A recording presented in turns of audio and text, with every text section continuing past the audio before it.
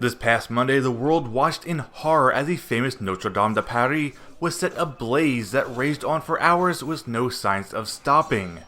We were shocked at the sight of the famous spire collapsing into the building and wondered to ourselves and to each other what was going to happen to not only the structure, but also the countless priceless relics, artwork, and artifacts within the cathedral. Thankfully, the relics and artifacts were saved from destruction, and the main structure of the building also managed to be saved thanks to the efforts of the French firefighters who fought to save as much as they could of the historic cathedral.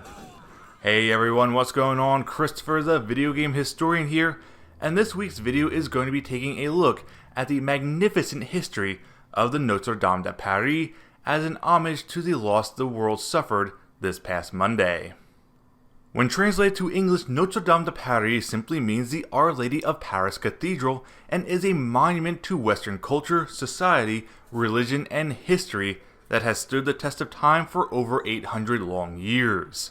Surviving war, occupation, revolutions, and the Nazi regime, only to collapse today in 2019 to a fire thought to be caused by the restoration work.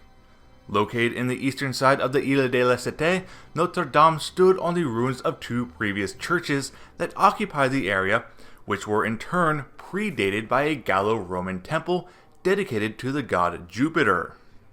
In 1160, the Bishop of Paris Maurice de Sully inherited the two ruined churches, and with that conceived the idea to make them into one building.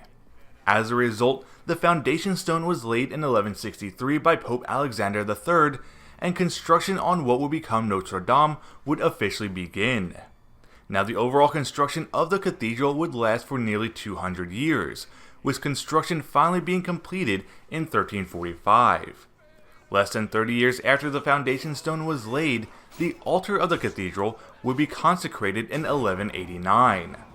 By 1235, the clerestory windows would be added to the apse on the east end of the building, and by 1250, the choir, western facade, and the nave would be completed. Porches, chapels, and other embellishments to the cathedral would be added over the course of the next 100 years, and by 1345, construction would finally come to a halt, finishing the Grand Cathedral. Upon its completion, Notre Dame would become a prime example of Gothic architecture of the 13th century. Flying buttresses would adorn the outside of the building.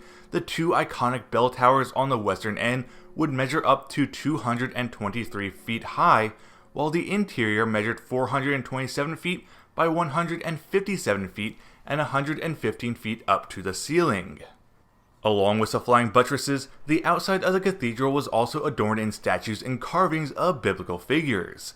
In fact, the three doorways on the western end of the building feature 28 carvings of the kings of Judah.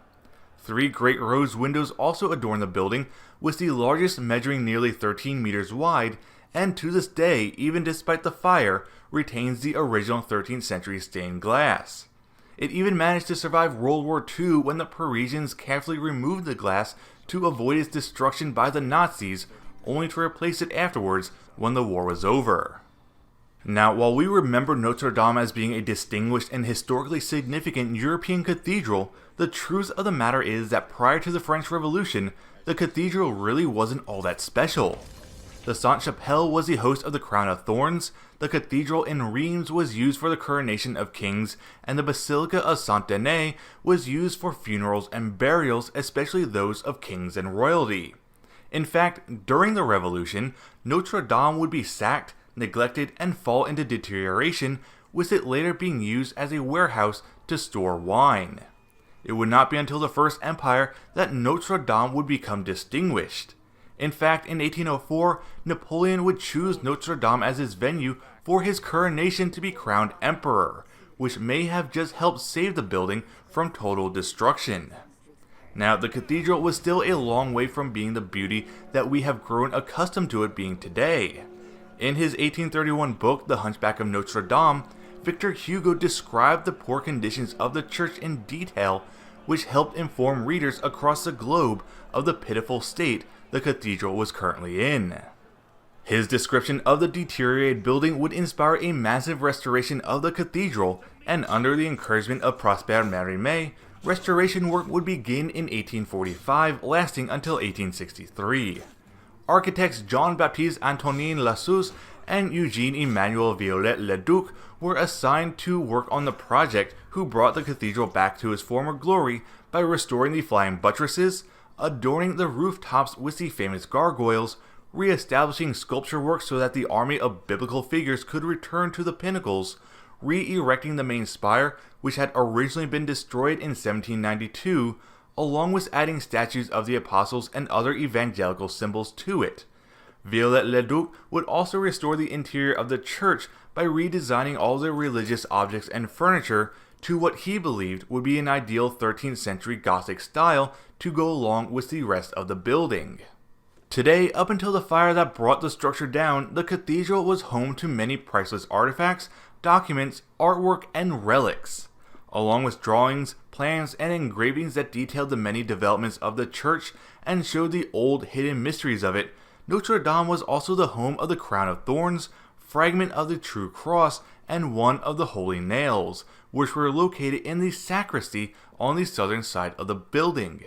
Fortunately for many Catholics worldwide and lovers of history, the firefighters were able to save as much of the artwork, relics, and artifacts as they could manage before they turned their attention to the fire that was destroying the building.